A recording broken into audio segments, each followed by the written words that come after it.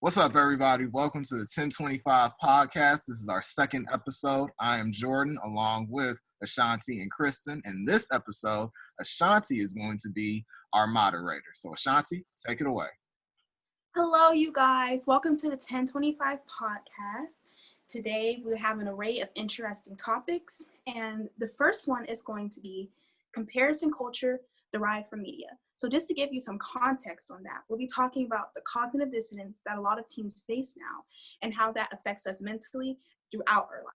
Now, just to give you some sort of ground to work on, cognitive dissonance is basically the mental process. It's basically when previously held ideas slash expectation is contradicted by a newly introduced idea or idea of thinking. So when we put that into the perspective of like media and how we're raised, like with media, children are basically conditioned through like images or like film or like, just seeing things repeatedly and over again.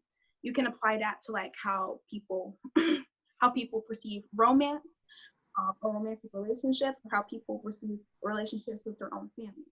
Now, the problem with it is that after you reach a certain period in your life, you start to go out into the world on your own, and you realize that this fantasy, I guess, is not real. You're not able to meet these standards because you're conditioned to believe that that's how things are, when in reality, they aren't. And I personally believe that's why the rates of anxiety is so high in teens now, or young adults, really. Rates of anxiety are high in general because the expectations aren't matching up with what the real world is. Right. And I think that's very important for people to, talk about, is that the anxiety that many teenagers face while they're going out in the real world. A lot of people, even at a young age, we have this idea that we can do anything that we put our minds to. But then when we go outside and try to go out in the real world and try to do that, sometimes we're like held back by certain things that, are in our way, basically, whether it's legal issues, debt, many things. Yeah, and one of the things I wanted to frame this contradiction, especially with around social media. We're going to be talking about social media and its effects a lot in this podcast because it permeates into our everyday lives. For most, the first thing they see when they wake up are their notifications, which leads them to log into Instagram and basically fuels their day with misleading images. And that can be detrimental not only to your perception of the world, but your own self-esteem. So has this cognitive dissonance affected you guys in any way? Do you believe that what you were conditioned to believe as a child through media versus the expectations are just polar opposites? And is it harmful to you? Yes, because you have to constantly live up to this expectation of you. You have to have your license by a certain age, have your own car, your own house, get married, all by a certain age. Oh. Yeah, absolutely. And it does affect people, especially like me, when I look at, people with the nice car at a young age, the nice house, it kind of, not having the student debt or none of that, it kind of gives you this like false sense of like, I can go out there and I could, my dreams can come true, and I can work hard and all that. Even the people who do work hard, they don't get as much of the credit or as much as like the certain type of wealth that other people do. You know what I'm saying? Like a lot of the young people, if you go walking in like Lenox Mall, a lot of young people going in the Gucci store and all that. It can affect people, especially social media, because everyone's into your personal life. Yeah, and you feel like you have to meet the standard, I guess, the expectation through like these materialistic items and like always buying, consume, just all having everything, fitting in with the fashion. I mean, that's a normal thing to want to do, but I feel like social media just mediates all of that. Media is just a common. So people trying to achieve this common can be really bad. Now, outside of the context of social media, I think that this being conditioned through media also affects how we view race and gender too. Now, for me at least, growing up, I was conditioned to truthfully believe the stereotypes that were perpetuated in media. Black people, so many stereotypes of the Black woman. And for me, growing up in a predominantly white school and white area, I recognized that I was kind of trying to become that because that's what people were used to. I realized that if I were to fall into this expectation or what people were conditioned to believe how I should act, it would be easier for me to navigate. But ultimately, it just wasn't. It wasn't. So do you guys on the basis of race and gender, how has this conditioning made your life harder, or how has it made your life easier? Well, it doesn't. Well, I don't think so. Well, I think really like coming from someone who's grown up in a predominantly Black neighborhood and went to school, predominantly Black schools and all that, I would say it did kind of affect me personally because of the fact that I was the one that kind of stood out from the rest. I didn't have those stereotypes of like sagging pants and have talking like with hood, all that. A lot of people kind of said I talk me because I talk very proper. So I talk white, which was very toxic. I think it's very toxic because it's saying that our race isn't as intelligent as everyone else. It's like we're supposed to act ignorant. We're supposed to have that broken type of language Yeah, that the ebonics. the Yeah, ebonics that but will literally beat into our heads, yeah, especially yeah, especially in middle school. yeah. I mean, people think that the African American ebonics and slang and stuff is just has such a negative connotation, but you have to realize that people adopt this slang. It becomes sort of a pop culture. So Right. as I was conditioned to think that it was bad, Yeah. and even though it was bad, I had to fall into that because that's what people expected me. And the other side was me was like, this rich cultural and literature history of Black people, even with the Ebonics, it's so important to recognize. It shouldn't have a bad connotation. Right. This is history. This is African Americans' cultural context of existing in America. This slang, "What's up, sis? I have your back," like all that. Or like Exactly. a word that has like ER, you drop the ER and add an A to it, like playa, all Yeah, that. yeah, all of that stuff. So, on the basis of gender, do you think that this conditioning has made your life harder or easier? And I want you guys to talk about, like, you don't have to talk about this specifically, but like in a romantic way, do you feel like because of media you're expected to kind of reach certain standards, and like when talking about, Definitely.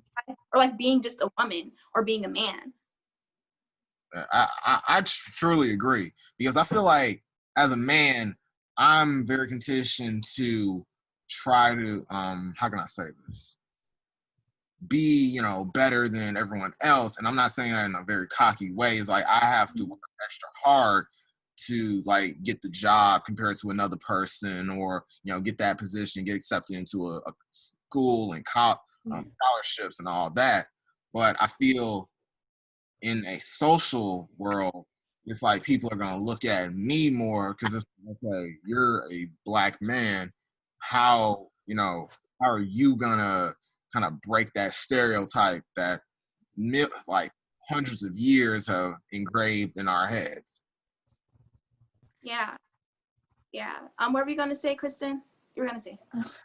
So I think the main struggle was just everyone had to be the baddest, the best looking, had to have the best shoes, best clothes, everything.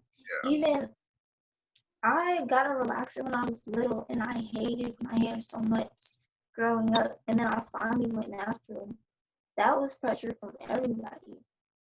Yeah, I honestly can relate to that because I remember when I was in elementary school onward, even when I was in high school, and sometimes even now I'm in college, I used to have like waves and stuff. I couldn't, wear my hair out naturally until I got in college where I truly have more of like my own individuality. I can just express my hair, naturally, wear it naturally. Of course, I'll still lay it down or whatever, but I just sometimes like wearing my hair out natural. Yeah. Yeah. Well, Embrace your first, authentic self, yeah, and really embrace yourself. But for me personally, I'm gonna stick with gender on this one, even though what you guys were saying, how you present yourself is that versus how you were conditioned to believe you should present yourself. It's a very tough choice as you're transitioning into adulthood, because you have full domain over how, or you should have full domain over how you present yourself. Right. But that applies to gender too. And for me as a child, media conditioned me to think that I should be timid as a girl, that I shouldn't take up as much space, like literally. In sociology, well, I was learning last year that girls, like all across the spectrum, all across cultures, are just they're built to think that they shouldn't take up enough space. And that's whether like vocally, like being quiet and not speaking, whether it's in a business arena or in school, being quiet, physically just not taking up enough space, like really being very timid. So um I spent a good amount of my time thinking that that's just what femininity and femaleness is. It's just being very contained, I guess. And now I'm much more comfortable with being vocal about things. As you guys know, I'm not that timid. But I Yeah. was thinking, how many empowered people have we let slip, possibly people that could become empowered at a younger age, have we let not slip through the cracks, but just diminish because they've been conditioned to think this way.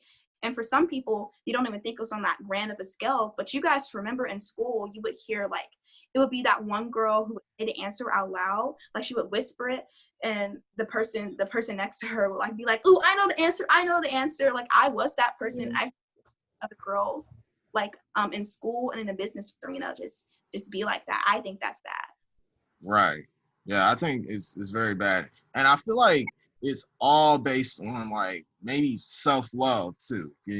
If you I feel like cuz I used to be very timid when I was little too until I got into I believe middle school. I tried to be a little bit more confident, and then in high school and college, of course, it just went all out. But yeah, I feel like it's mainly self-love. If you kind of be that very timid person, you're gonna feel I feel you're not gonna really feel good about yourself, if you know what I'm saying. Like you're gonna think, oh, you're worthless and nobody like loves you and all that. But then I feel when you open up, it truly, people are gonna really think, man, this dude is actually really cool. And you don't even have to care about what people think of you. It's just confidence, in my opinion, is king. Yeah. Yeah. Did you have anything else you wanted to speak on, Kristen, regarding this? Okay, well, that was our talk about adults' fear of not having have made it and how that transcends into later years of adulthood. So when we're talking in the context of social media right now, how do you think everything that's going on right now is going to affect us once we reach our late 20s and early 30s and start forging like more meaningful bonds with people? Will we be able to forge those meaningful bonds? Or I hope so. I hope we can, because I feel like even though social media has taken over many people's lives in the past, decade, I still think, you know, when we reach our late 20s, early 30s and onward, I feel like we are going to have that ability to still form those relationships, still go out on those first dates, even though COVID is effing everything up right now. You know, Yes. form something that's gonna last forever, and maybe people's grandkids and their children's children will look back and say, man, this legacy started with this dude, and it's like it's crazy. It's beautiful. yeah, all right. One last thing I wanted to touch on about this is, so we were talking about reaching cultural milestones, getting your first car, buying your first apartment, beginning meaningful relationships. What age do you guys think people should be doing that? Or should there even be a certain age at all? Is it wrong for media to continue to create these standards? Like I don't have a car yet and I'm 19 years old, and I used to be really guilty about that. But I literally just got my permit this summer. I don't have a car, and I'm about to be 20 in October. So like, but Yeah. I feel like in my opinion, there's no age limit. You know what I'm saying? Like, there's some people who get their first car when they're 30. It doesn't matter. You know what I'm saying? It's not like, oh, this is what I'm gonna use to propel myself in a social way. No, you Ah, know what I'm saying? This is something to get you from point A to point B. Same thing with clothes. It's like, oh, I'm gonna wear this garment to impress all the popular kids in school. Like, no, these are clothes. Exactly. This ain't nothing. yeah. It's fabric. Like, right. But I Keep going. but I don't think social media should have a say in these milestones because they're very significant to a person. It doesn't really matter what anyone else should think about it Yeah. because your intention was for it to be yours, not everyone else's. Exactly. Even But getting your first apartment, you can do that at any age you want to. Yeah. You can get your first car at any age you want to, first house, any of that. Right. There's no age limit to it, Like I said, yeah. they first car when they 30. A lot of people get their first house when they 40. Doesn't matter, You're not the goal is not trying to impress nobody. The goal in my eyes is just to live life. That's it. Yeah. Yeah. And, gradually reach these milestones at an age in your life where you're comfortable. And it's for you yourself to live a sustainable life, not to, not to just throw out there on social media, like, I got my first apartment, guys, like that flat, that Right. culture is what. On a car and stuff like, oh my God, I got Honda Civic. Like, no. Yeah. Yeah, you can definitely be proud of the things that you have earned for yourself. I'm not shaming anyone who's done that, but I feel like overall, we generally are having a problem life now with people thinking that they're just not doing good. They're not good enough. Absolutely. Like even during quarantine, it was pushing this whole idea of if you're not productive, what are you doing? You Yeah. have all this free time, you're Yeah. doing nothing. Right. We don't get relaxation time. Yeah. We don't get time to just be ourselves. Right. Like even on Instagram, they were saying if you don't come out with a skill during quarantine, then you just wasted your time. Like some people just want to relax. Granted, it was no, but like because it was so boring. But some people just want to relax. Some people just want to lay in bed and watch movies all day. Some people just want to maybe go out on a walk. Not everybody has to start that business, invest in the stock market, start up a YouTube channel. Yeah. So let's just let you relax and live life. Yeah. Productivity is a cornerstone of capitalism, and that's often why people keep thinking in order to build their own capital. Well, that's how you build your own capital, consistently working all the time.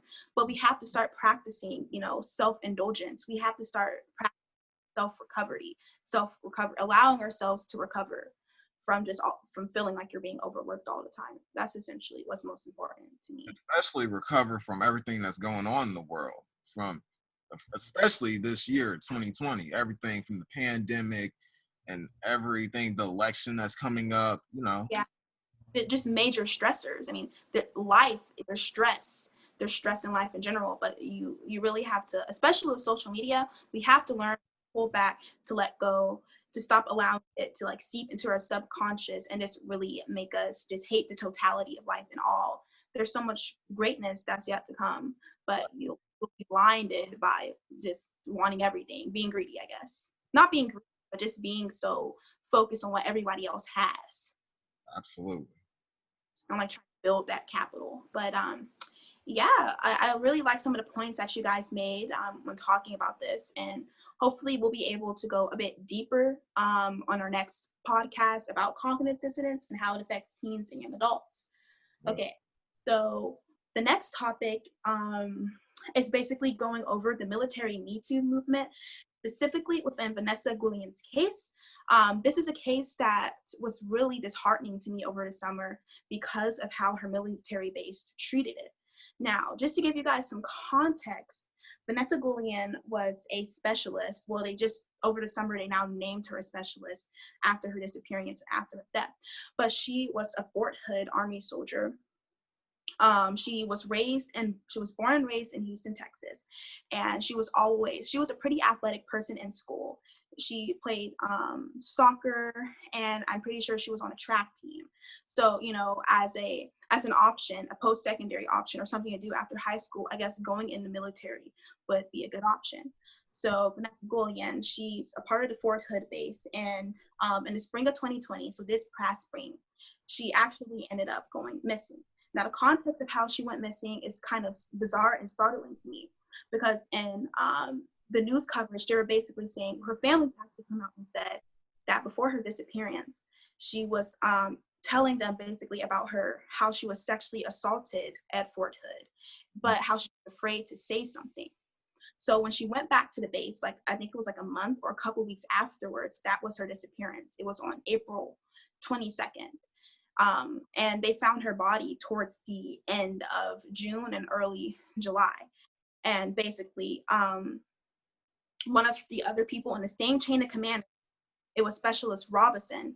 He hasn't, well, I'm going to tell you guys about that. It was basically revealed that she was bludgeoned to death in the armory room, which is where both of them worked. They worked in a close vicinity. And she ended up being, they found her body like 30 minutes away from Fort Hood, like covered in cement. They only found her body because some workers saw like a piece of her hair sticking out. And basically, so overall, the conversation is why should she, it's understandable why she was afraid to say something, but a lot of people, especially with this Me Too movement for the military, a lot of people are like, why is this happening at such high rates? Why is this happening at such undetected rates? And why are people afraid? Why are people afraid to report these cases? Because like I said, she was afraid to say that she was being sexually abused in the first place, and lo and behold, a couple months later, she ended up being killed. Now they're still looking into this case. We're not sure if Specialist Robinson was the one assaulting her, but just the context of everything is really startling. So how do you guys think the military should have handled this? Or like the military in general, sexual assault cases? I feel like the military and even the workforce in general, women are they're treated very differently than men. You know what I'm saying? Whether it's corporate America, whether it's the military, as you said, and whether it's the entertainment industry. Women, they've been damn. They've not been treated like as equally as men when it comes to like equal pay and all that. Now, I feel the military should have handled this like any other, I don't want to say any other law enforcement, because law enforcement now are very Any other institution, yeah. any other institution. I feel like whoever murdered this woman, whether it was the guy that you said, I feel like he should be prosecuted and in jail. But yeah, a lot of people's worries is that the Fort Hood sex trafficking goes deeper because they were actually never able to arrest Specialist Robinson. When the police committed suicide, and his girlfriend was the one that eventually told them that I assisted my boyfriend in killing and mutilating Vanessa Goulian's body. And the thing is, though, with Fort Hood, I was doing research on this before this video. Mm-hmm. It's very notorious for a lot of shady activity. I've researched that one operative was like hung from a tree, like lynch style. Many people were killed in this, facility. And I feel like people are now noticing like this is a problem right here. And people were even making petitions saying, close this, facility down, Fort Hood. I kind of think of with all the horror stories that's coming out from Fort Hood, like a maximum security prison. Yeah. Like, I think of this similar to like Rikers Island, San Quentin, all that. These facilities that are known to be extremely violent and cause trauma to not only the families, but even the people who work there. Yeah. And just thinking of how the military operates, it's operated not only off of meritocracy, but I guess respectability. You respect the people that are training you, and well, you're keen to respect them because they're above you, you know, it's a chain of relation and stuff like that. So personally, I understand why she was afraid to report it, but at the same time, they should have, at the same time, after she reported it to her family, they should have been able to move forward with that, which is what the bill that her family is pushing, the legislation that they're pushing, is so that people who are affected by sexual assault in the military aren't forced to report by a chain of command, but are able to report to a neutral third outside party. Because that would just, I guess, alleviate a lot of the fear. Because these are the people that you respect. You're existing in this institution, and you don't want to come forward talking about someone in this place of respectability has assaulted me, has demeaned me. Yeah. Mm-hmm. Yeah, so I think it's interesting to see the military exist at an intersection with the Me Too movement. I mean, we just the abuse from the military, like, well, in my lifetime, do you guys remember when they were talking about how queer people were treated in the military? Like, this was during Obama, like the whole situation of that. So especially just being not like an outsider, but Vanessa Guillen as an ethnic woman, like just knowing the discrepancies that she probably faced in this institution is startling too, along paired with the fact that Fort Hood is like a horror story churn, like all this weird stuff just keeps on happening. So like even during while they were looking for her body, they ended up finding someone else's body that they were at Fort Hood. So it's just a lot. It's really heavy on me. It's just so much to think about. Yeah.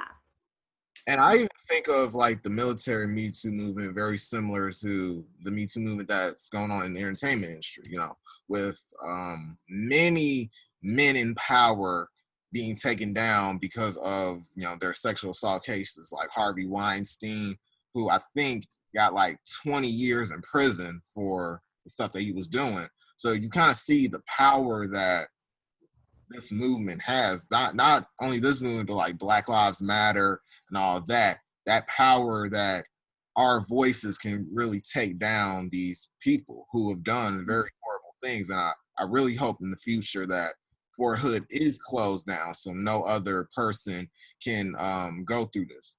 You know, these are soldiers, these are fighting for our freedom. So the fact that they're being killed and treated this way, I think is unacceptable. Yeah, an excellent wife, Julianne was. She was very enthusiastic to have been admitted into Fort Hood and to participate in, I guess, the Fort Hood environment. And it is tragic to see something like this happen to her, especially with her being an ethnic woman. Absolutely. Yeah. Was there anything else that you guys wanted to bring up or talk about on this case? No. I guess not. Not at the moment. All right. Okay. So next we'll be moving to something related to COVID-19. Actually, we'll be discussing college during COVID-19. How was dorm life? Did you have any like general fears of returning back to campus?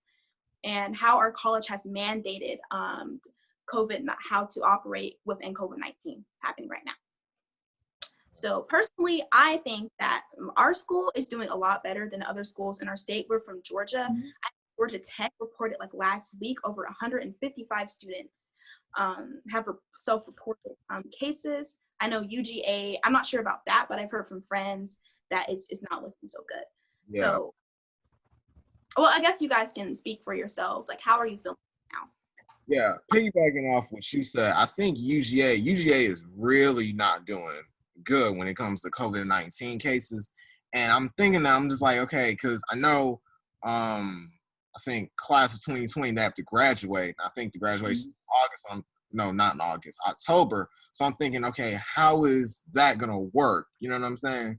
Because even when COVID-19 started in America, I'm thinking, okay, how are schools going to be affected by this? But as far as West Georgia is concerned, I think we are doing better when it comes to social distancing and all that. When you go to the dining hall, you can take out your food instead of like sitting in, even though you can. The East Commons Market is closed way earlier, which I think is kind of whack, but it's whatever. But I just think if we can get, if we can just follow the guidelines 6 feet apart and wear our mask and don't and wash our hands, of course, wash our hands.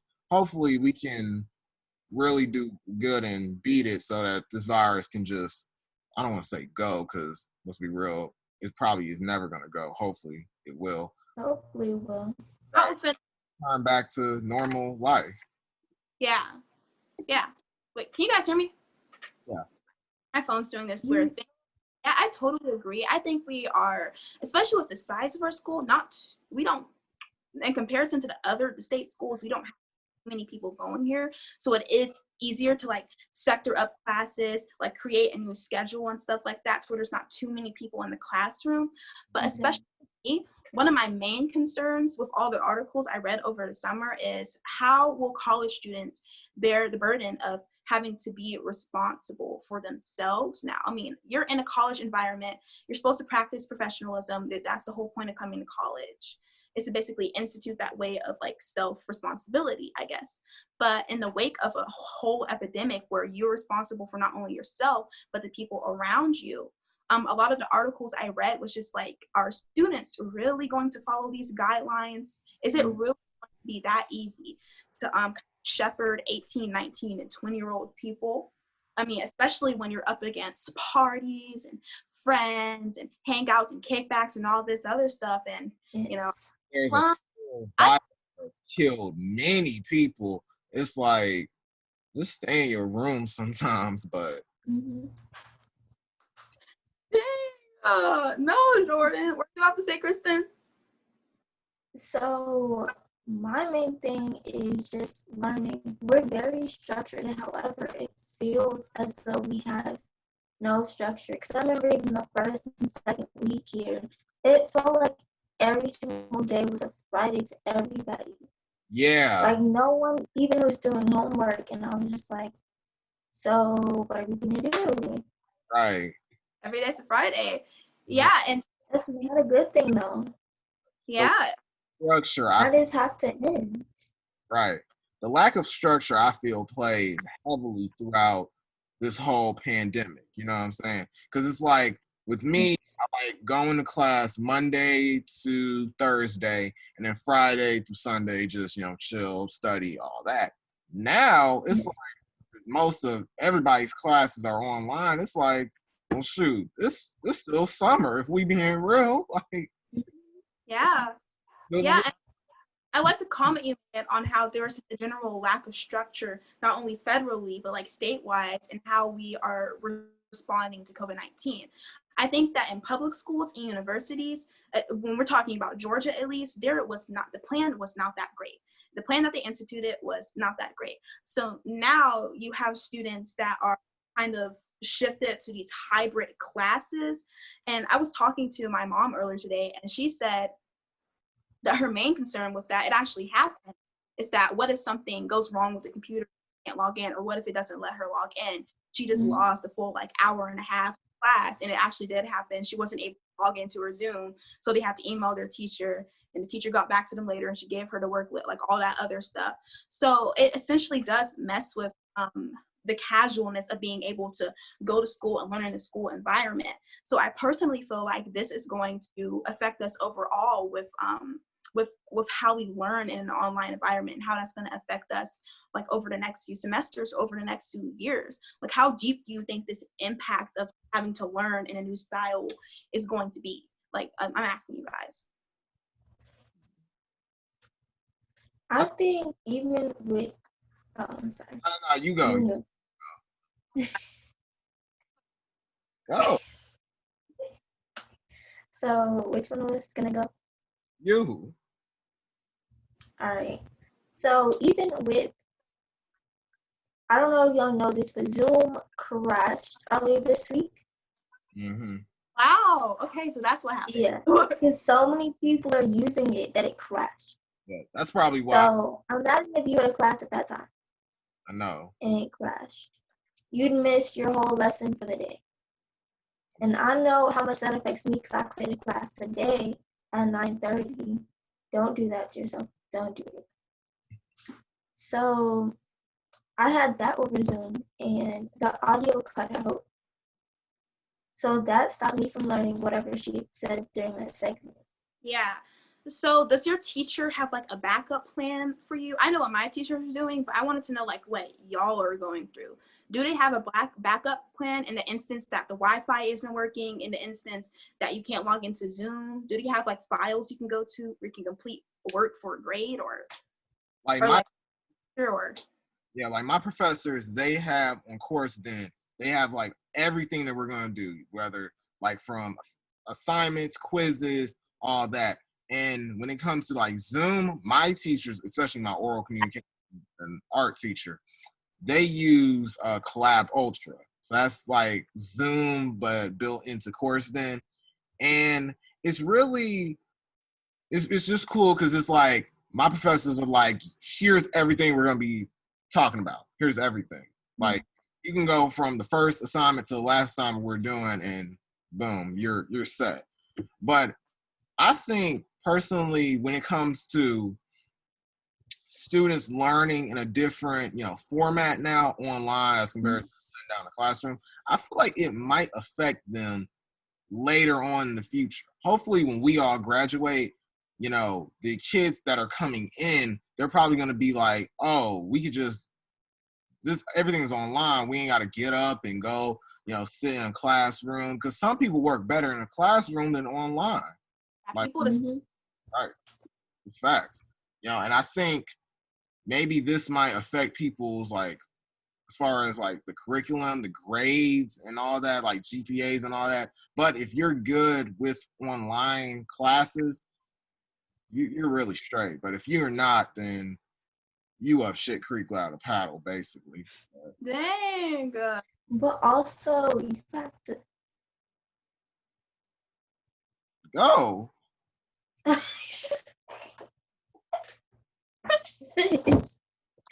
Okay, so one of my classes actually, a student got COVID, so he had to switch completely to online. And we have nothing. We just have PowerPoints to read off. We have no homework, Seriously? no quizzes, no nothing. So I feel like I'm not actually learning anything because I can't test my ability. Yeah. And people are quick to go on like Quizlet and Socrative and all that. Yes, I'm dropping the plug, but I mean, Okay. it's like, screw studying. Let's just, like, a lot of people be like that, especially this group chat I'm in. It's like, screw studying. Just look it up on Quizlet. But I'm like, when that midterm and that final come, it's like, Quizlet not going to be there for you, especially if it's Proctor. It won't. Right. Especially if it's Proctor. So somebody actually looking at you through the computer. It's like, no. But for majority of my classes, I only have midterms and finals. We don't have anything in between. Wow. You know how much pressure that is? So you have the responsibility of a teacher now, basically. Right. Are y'all good teachers? I mean, No. hey, I'm a little rusty, but I I admire all my teachers, but I can't do it. Yeah. I got an 83 on my philosophy quiz, and I literally just watched the video of him speaking, my teacher speaking. I was just like, screw it, let's just do it. And I was proud of myself. Yeah. So staying on the same stream of thought about having to take the burden of responsibility, being self-accountable for yourself in this new learning environment, let's talk about how social distancing has been mandated on our campus and campuses across America. So I know West Georgia, of course, they have the 6 feet apart rule. Of course, introducing new, like, get your food from the campus halls and stuff like that. But I personally feel like they should have do you guys remember at the beginning of the summer they said they would give us equipment for COVID-19, which is what I'm guessing will be like masks and like face masks and like stuff like hand sanitizer and like cleaning wipes. So we never got that package. One thing we got was literally, we only got like these masks which hug my face, and it's just like, yeah, like this mask is literally like I'm wearing a bra on my mouth. Yeah. Like this. Yeah. It's right here. Right. Like even if I shit. They gave those free masks out at tables and during the hall meeting. Right. Yeah, it was packaged at all. It was not packaged. Yeah. Yeah. Like literally like in a package itself. And they didn't give us the like fall package to help fight COVID-19, which is very simple. A lot of institutions have got kind of fallen back financially. They might not have even been able to do that, but creating the illusion of false hope, which was what America has been doing this whole entire time.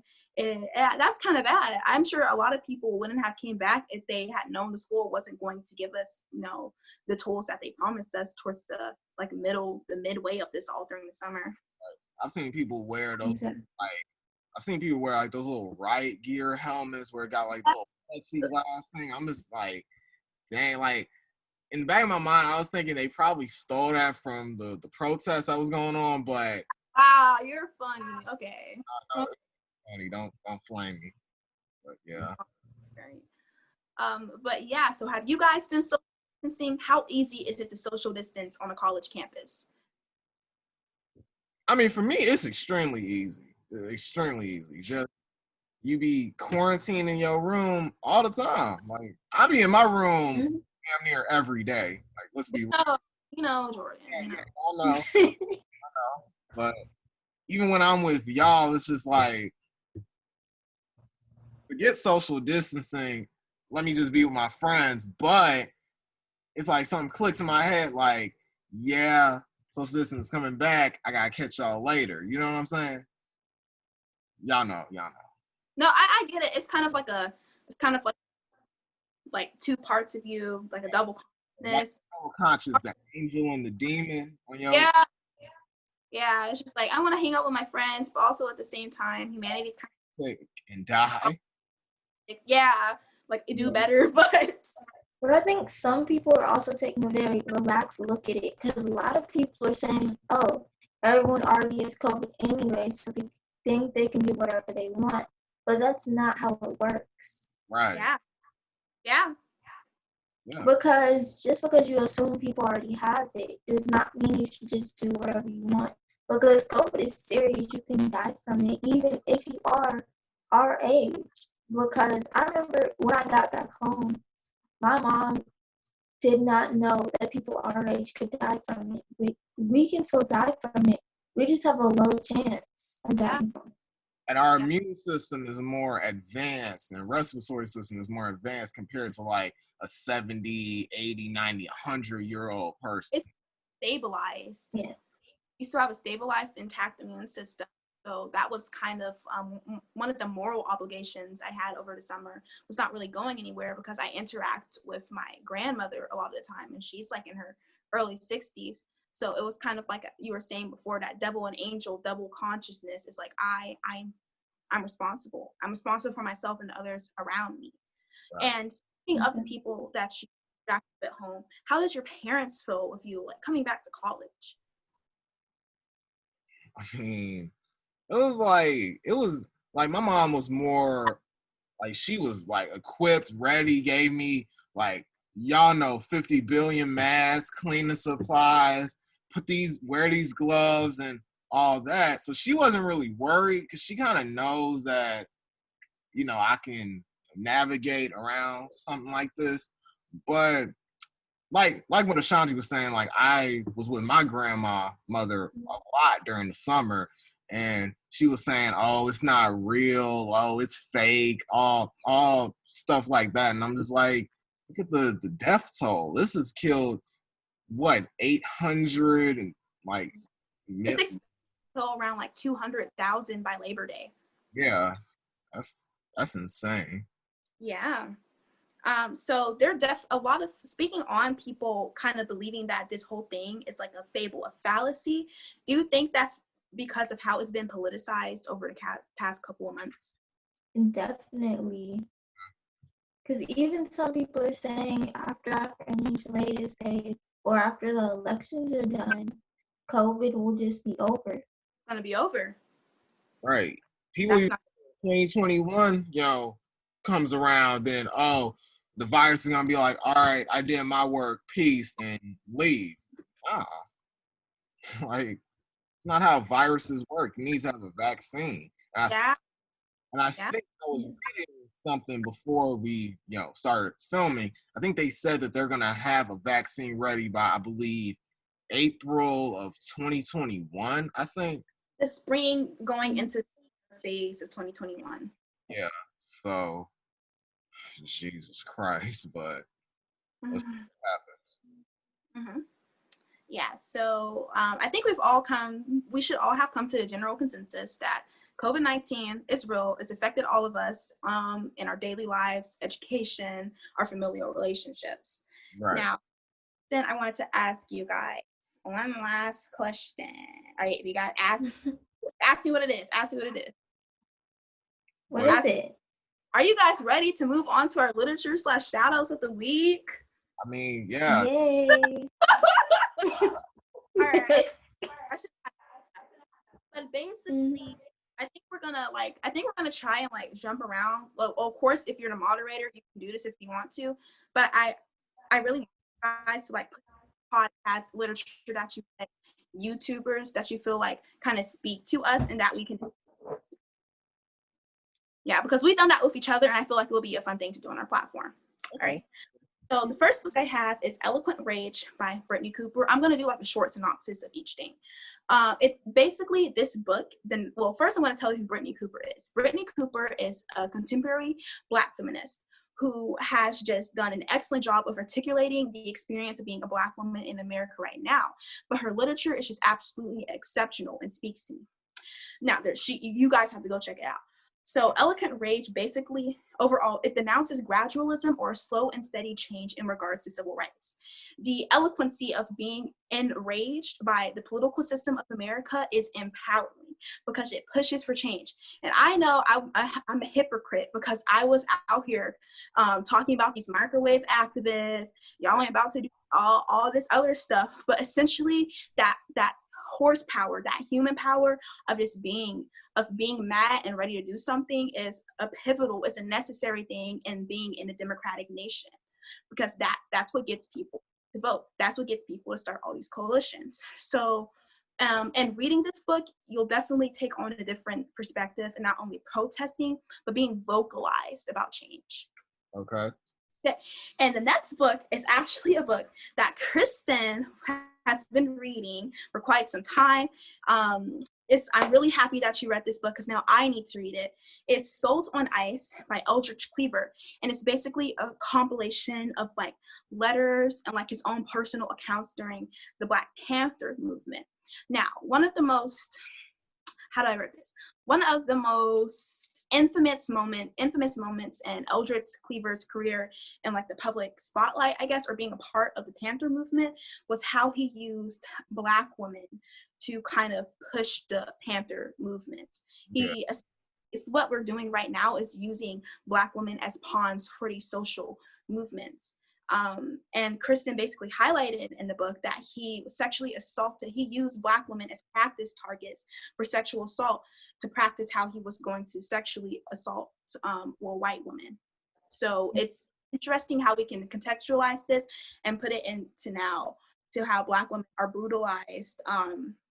The people in the forefront of these movements are brutalized at the expense of, like pushing for these civil rights.